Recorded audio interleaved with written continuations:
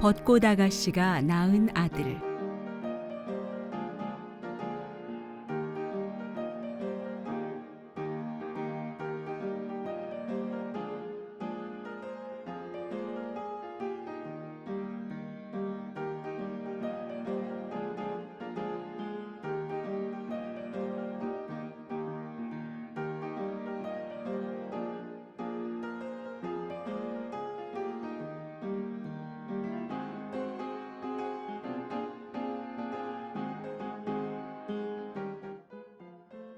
아주 먼 옛날 하늘을 다스리던 하나님의 손자가 사람들이 사는 세상으로 내려왔을 때였어. 햇살은 따사롭고 하얀 벚꽃이 활짝 핀 어느 봄날, 하나님의 손자는 벚꽃처럼 하얗고 고운 벚꽃 아가씨를 보고 반해버렸지. 하나님의 손자는 벚꽃 아가씨에게 청혼했고 벚꽃 아가씨 부모님의 허락을 받아 결혼했단다. 둘 사이에서는 세 아들이 태어났는데 평범한 둘째 아들에 비해 첫째와 셋째는 빼어난 능력을 가지고 있었어. 첫째 아들은 바다에 나가 물고기를 잡는 걸 좋아했고 셋째 아들은 깊은 산속에 들어가 사냥하는 것을 좋아했지. 어느 날 삼형제의 셋째가 첫째에게 말했어. 형님, 우리 서로 좋아하는 것을 바꿔서 해보는 게 어때요? 나는 형님 낚시를 가지고 바다로, 형님은 제 활을 가지고 산으로 가는 거죠. 좋다. 그렇게 셋째는 형의 낚시를 가지고 바다로 나갔어. 그런데 아무리 해도 작은 피라미 하나 잡지 못했지. 아, 역시 바다는 나와 맞질 않는구나. 그러던 중 커다란 물고기 하나가 낚시를 꽉 물더니만 그대로 도망가 버렸지 뭐야. 아, 형님이 아끼는 낚시인데 이걸 어쩌나? 내 칼로 다시 만들어 드려야겠다. 셋째는 새로 낚싯바늘을 만들어 형에게 주었지만 첫째의 화는 쉽게 풀리지 않았어. 그 큰 물고기가 먹어버렸다는 내 낚시를 찾아오란 말이야. 바닷가에 나가 한숨만 푹푹 쉬던 셋째에게 거북 한 마리가 다가와서는 무슨 일이냐고 물었어. 형과 있었던 일을 이야기하자 거북이 말했지. 제가 대나무로 엮은 배를 드릴 테니 그걸 타고 바다를 건너서 육지로 가세요. 아마 큰 길이 있을 겁니다. 그 길로 한참 가면 바다의 왕이 사는 궁이 나올 것이고 궁 앞에 맑은 샘터가 있을 거예요. 그리고 샘터 옆에 커다란 개수나무가 한 그루 있을 텐데 그 나무 위로 올라가시면 무슨 일이든 다 해결될 겁니다. 셋째는 거북의 말대로 바다의 왕이 사는 궁 앞 샘터 옆에 개수나무 위로 올라가 있었어. 올라간 지 얼마 안 되어 바다 왕의 궁전에서 공주의 하녀가 나왔어. 그리고 샘터로와 물을 기르려고 할 때였지. 샘물 위로 웬 잘생기고 기품 넘치는 청년의 모습이 비치는 게 아니겠어? 하녀는 궁으로 돌아가 공주에게 말했어.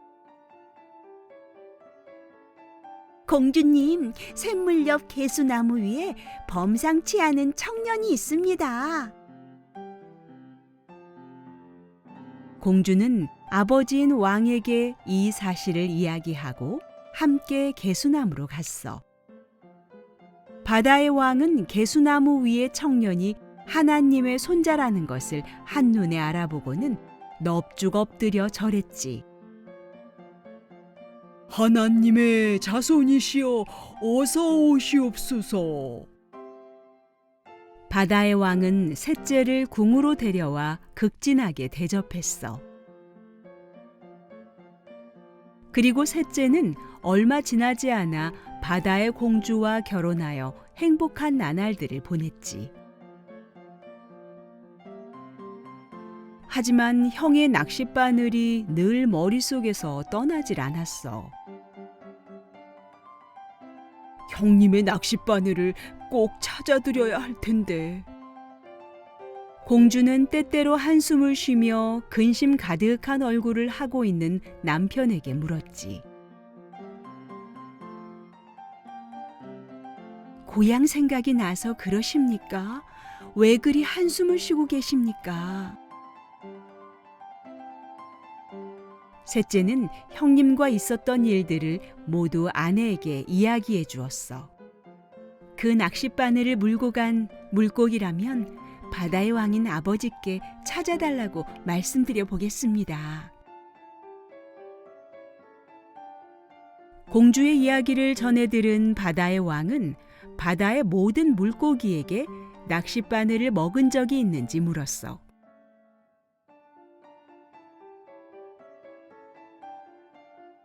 그러자 커다란 대구 한 마리가 말했지. 제가 3년 전쯤 낚싯밥을 먹다 잘못해서 낚싯바늘까지 삼킨 적이 있습니다. 그게 아직도 목에 남아있어서 아주 불편합니다. 바다의 왕은 용하다는 의사를 불러 대구의 목에서 낚싯바늘을 꺼내도록 했지. 그리고 사위에게 낚싯바늘을 건네주었어. 자, 이게 자네가 찾는 낚싯바늘인가? 네, 맞습니다. 얼른 형님에게 낚싯바늘을 드리러 가야겠어요. 셋째는 뛸 듯이 기뻐하며 서둘렀어. 셋째가 형이 있는 육지로 떠나려던 날, 바다의 왕은 셋째에게 푸른 구슬 하나와 흰 구슬을 하나 주며 말했어. 푸른 구슬은 언제든 홍수를 일으키는 구슬이고, 흰 구슬은 홍수를 물러가게 하는 구슬이네. 꼭 필요할 때 쓰게나. 셋째는 커다란 악어를 타고서 형이 있는 육지로 돌아갔어. 형님이 찾으시던 낚싯바늘을 제가 찾아왔습니다. 첫째는 낚싯바늘도 3년 만에 다시 만난 동생도 반가웠어. 삼형제는 오랜만에 다시 만나 즐거운 시간들을 보냈지. 그런데 시간이 갈수록 첫째는 자신보다 뛰어난 셋째가 은근히 얄미웠어. 사람들도 자신보다는 셋째를 더 따르는 것 같았지. 저 녀석이 돌아오니 상황이 안 좋아졌어. 사람들의 왕은 내가 돼야 해. 첫째는 걸핏하면 무리들을 이끌고 셋째에게 싸움을 걸었어. 아무래도 이대로는 안 되겠어. 형님과 계속 싸울 순 없지. 셋째가 바다의 왕이 준 푸른 구슬을 형 앞에 꺼내놓자 갑자기 큰 홍수가 형과 무리들을 뒤덮어 버렸지. 아프, 나 좀 살려다오. 물속에서 허우적거리는 형의 앞에 셋째가 다시 하얀 구슬을 꺼내자 바로 홍수가 물러갔어. 첫째는 그제야 안도의 숨을 내쉬며 말했지. 고맙구나, 동생아. 결국 첫째는 동생에게 다시는 싸움을 걸지 않겠다고 약속했어. 그리고 셋째는 세상 사람들을 다스리는 첫 번째 지혜로운 왕이 되었단다. 가을이 되면 독특한 향기를 내는 나무가 있다고? 이야기 속에 등장하는 개수나무의 원산지는 일본인데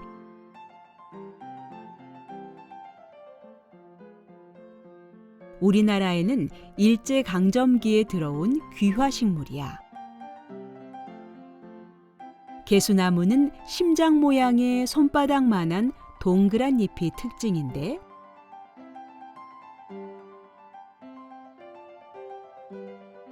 키가 20m까지 자라고 지름만도 1m가 넘는 나무야.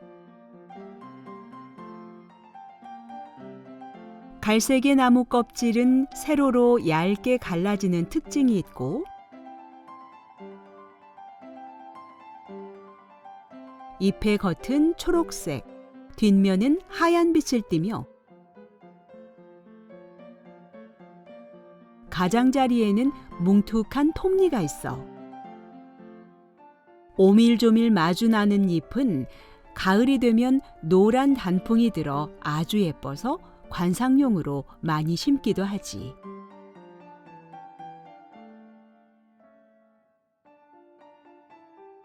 (5월이) 되면 개수나무는 잎보다 꽃이 먼저 피는데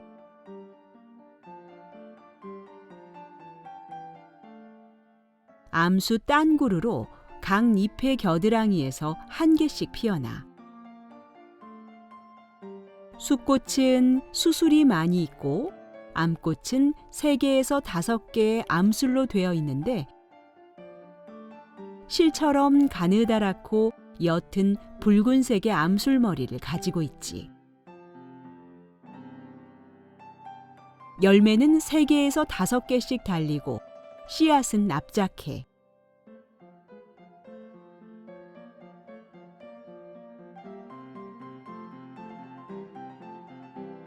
달콤한 향기가 난다고 해서 개수나무를 중국에서는 연향수라고 불러.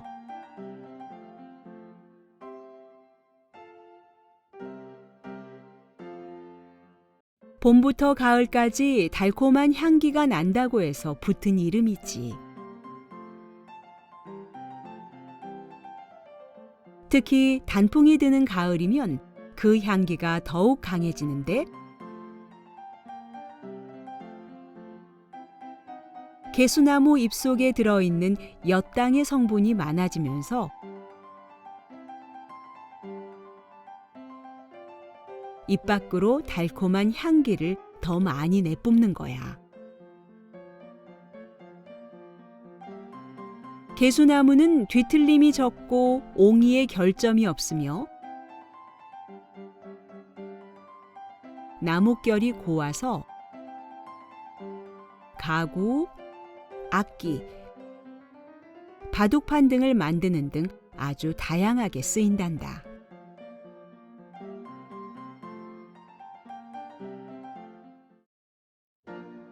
악어는 공룡이 살던 시절부터 살던 동물이라고?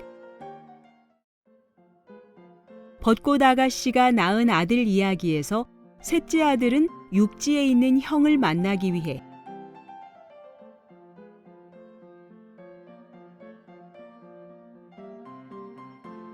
커다란 악어를 타고 갔다고 했지. 사실 악어는 열대지방과 아열대지방의 강이나 늪에 살고 있는 파충 동물이야.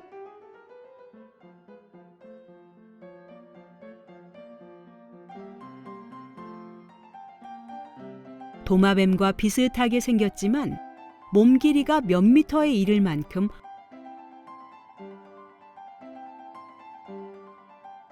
몸집이 크고 생태계의 상위에 있는 대형 포식자에 속하지.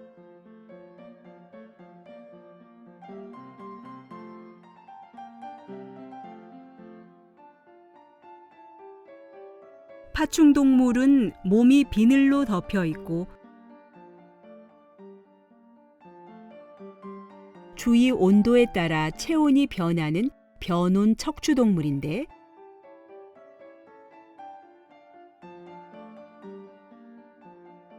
지구상에 약 3억 년 전부터 살았고 공룡이 살던 시대에 아주 번성했어.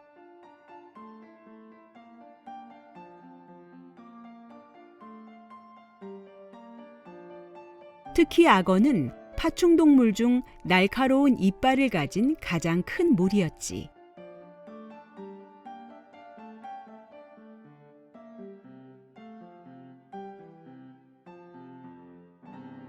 아주 오래전 공룡이 살던 시대의 악어 모습, 즉 악어의 조상은 아마 지금의 모습과는 다른 모습이었을 거야.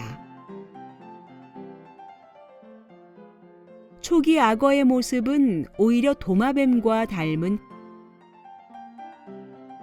두발 공룡과 같은 모습이었을 거라고 추측하기도 해. 그러다가 지금의 악어와 비슷한 모습으로 진화되면서 콧구멍이 눈과 가까이 있고 눈앞에 혹처럼 툭 튀어나온 곳에 콧구멍이 있는 모습이 되었을 거라고 추측해. 코모도 왕도마뱀이 지금 악어의 직접적인 조상으로 추정되는 모습과 비슷했을 거라고들 하지.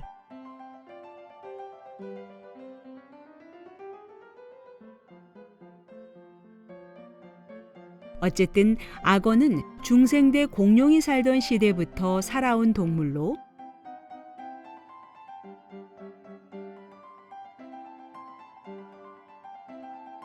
오랜 시간 동안 그 모습이 크게 변하지 않고 지금까지도 살아있는 화석과 같은 동물이야. 하지만 악어 가죽을 얻으려고 무분별하게 사냥을 하는 사람들 때문에